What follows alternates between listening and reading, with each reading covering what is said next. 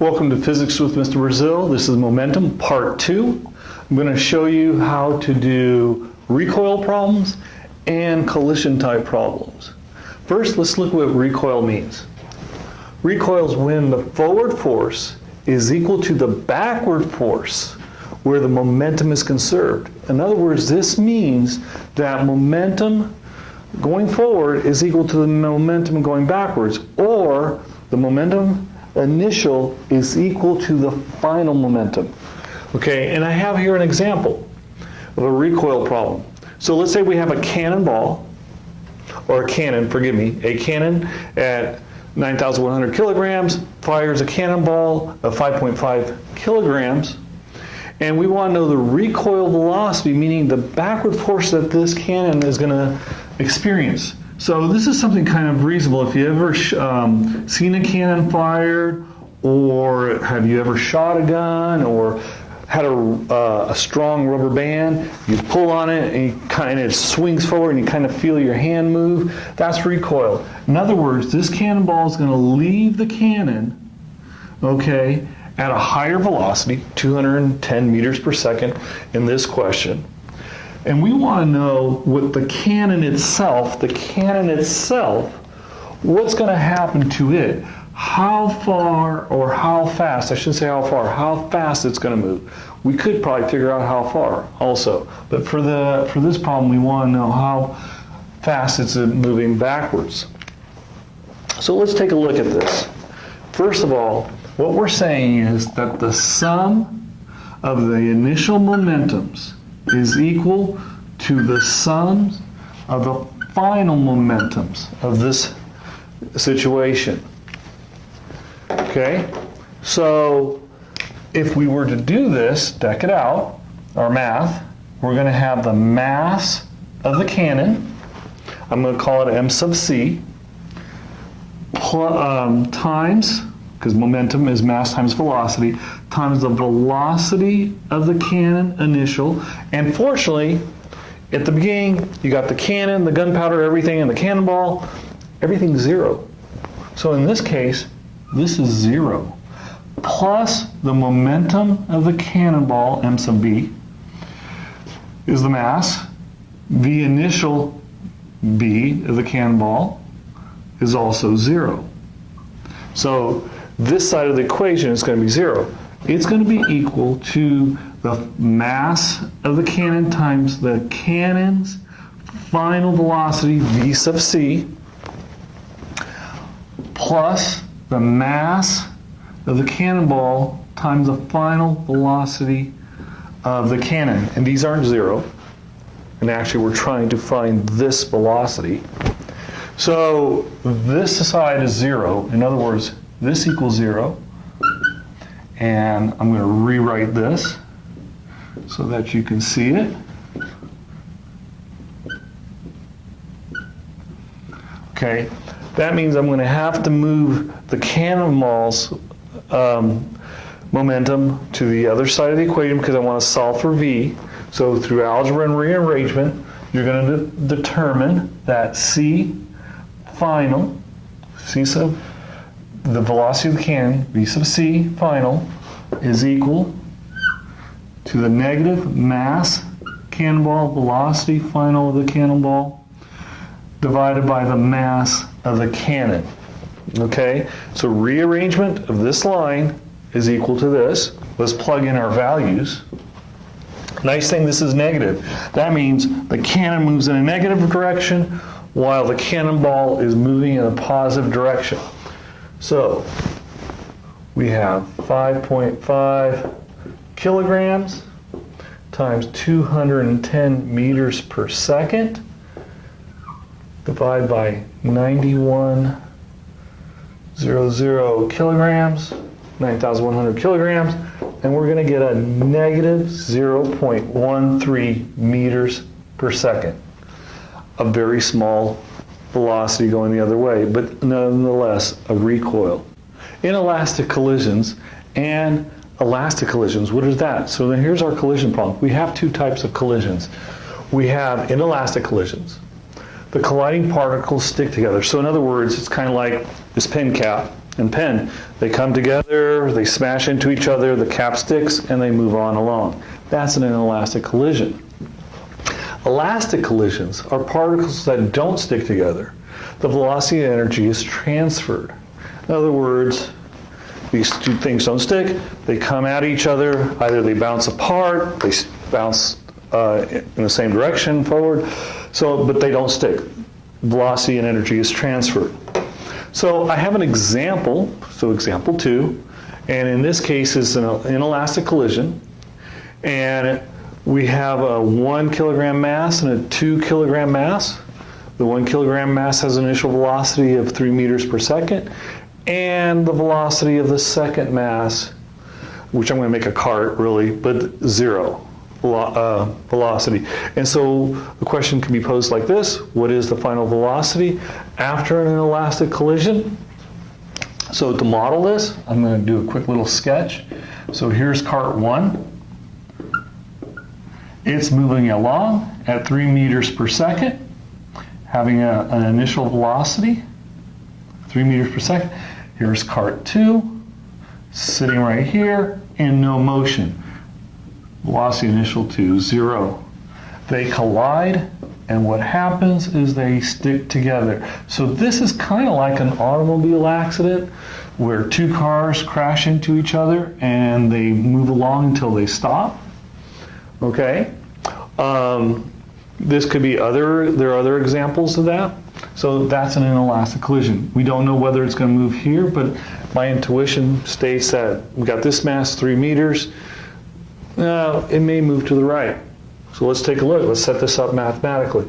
So from our last little section in this tape, we know that the sum of momentums initial are equal to the sum of momentums final. Okay? So we can set up our math equation like this. M1 V1 initial plus M2 V2 initial. And fortunately, this one's going to be 0 because it's just sitting there. It's equal to M1 V final plus M2 V final. They're going to stick together and they're going to have the same velocity. So we don't even have to label this as velocity 1 or velocity 2. They're going to have the same velocity. So let's set up this algebraically. V1 naught equals, I'm going to factor out the velocity, so M1 plus M2, V final, some algebraic rearrangement, and V final is equal to M1 V1 naught M1 plus M2. So it looks like it's going to move in the positive direction so far. Let's put in some values.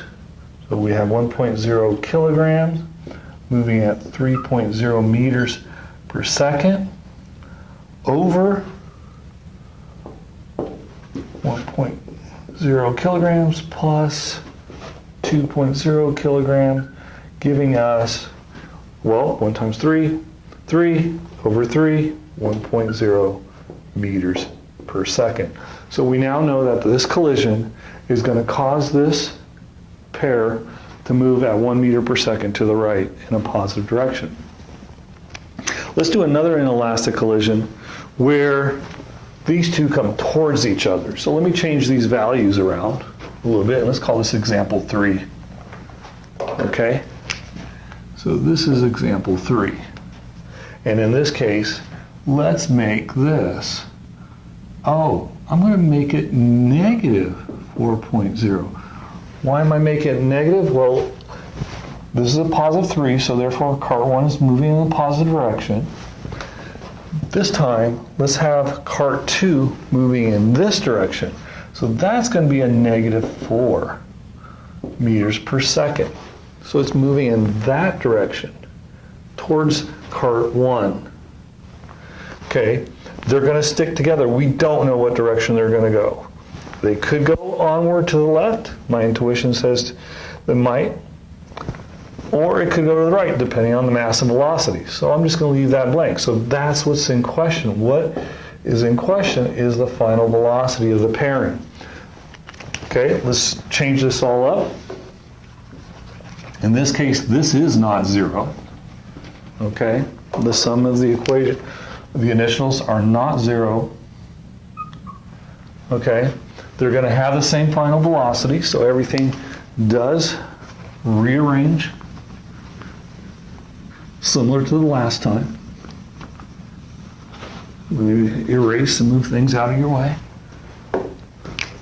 So in this case, m1 v1 naught plus m2 v2 naught, okay, is equal to the final velocity factored out.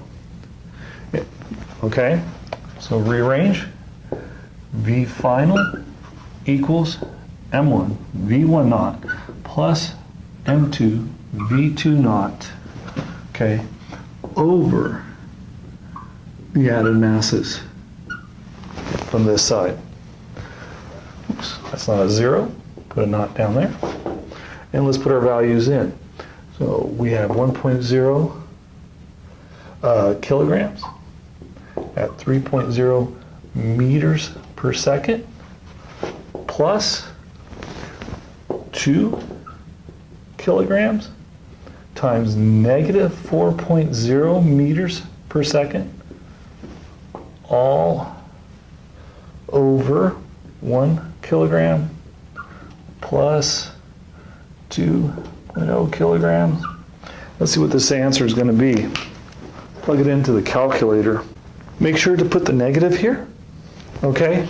And you get an answer of negative 1.7 meters per second. So the final velocity is going to be in a negative direction. So that means this collision is going to happen, and this cart as a whole is going to go to the left at 1.7 meters per second.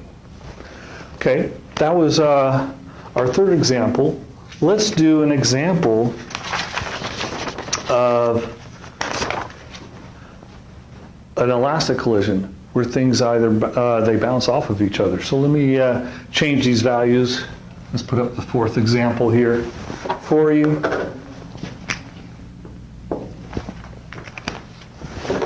And erase all this. And let's change some values.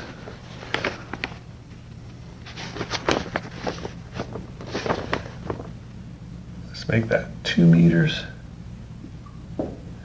per second, and let's give V1 final velocity at negative 1.5 meters per second. What we don't know is the final velocity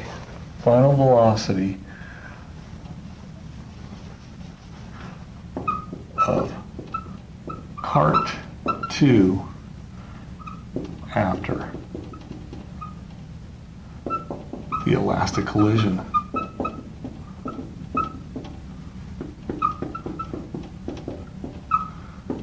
So in this case, we want to know the final velocity of cart 2 when they collide. So they're going to collide, and we don't even know the direction also. So we should know the final velocity and its direction. So cart 1 is moving along at V1 naught, positive direction, 3 meters per second. Cart 2 is moving in a negative direction, okay, V2 naught at 2 meters per second. They collide, and what we do know is that cart 1 will move in the negative direction at 1.5 meters per second. We know that this cart is going to go to the left. What we don't know is what's going to happen to cart 2. We're uncertain how fast it's going to go and in what direction it's moving. So let's set up our math and let's figure this out. So M1 V1 naught plus M2 V2 naught equals M1 V1 final plus M2 V2 V2 final, and that's what we want to solve for. So let's do some algebraic rearrangement. So V2 final is going to be equal to M1 V1 naught minus M1 V1 final plus M2 V2 naught, all divided by M2. You take a look at that to make sure what's going on. What I've done is I brought this over, subtracting from this one, because I can factor out the M later. I left this here, and I took this M2 and divided it below. Let's put in some values. So M1 is 1.0 kilograms, parenthesis, V1, 3.0 meters per second, minus 1.5, wait, in this case, that's a minus, yeah, don't forget to do that. Notice I brought this over, it's negative, but that V is negative, really important. Keep your signs, write out your values or your variables, set them up, and then plug them in as you see them, okay? Don't just assume that that minus was that the same. These two minuses are different. Yeah, it's gonna add in this case. Plus our 2.0 kilograms times a negative 2.0 meters per second, all divided by 2 kilograms. Okay? And the answer to this is 0.25 meters per second. In other words, our cart 2 is going to move or have a velocity of 0.25 meters per second, and it's going to go in a positive direction, so it's going to go to the right. And that's how you solve two carts colliding at each other in a elastic collision format. Okay? Continue to read about momentum, about physics, study, and thanks for watching.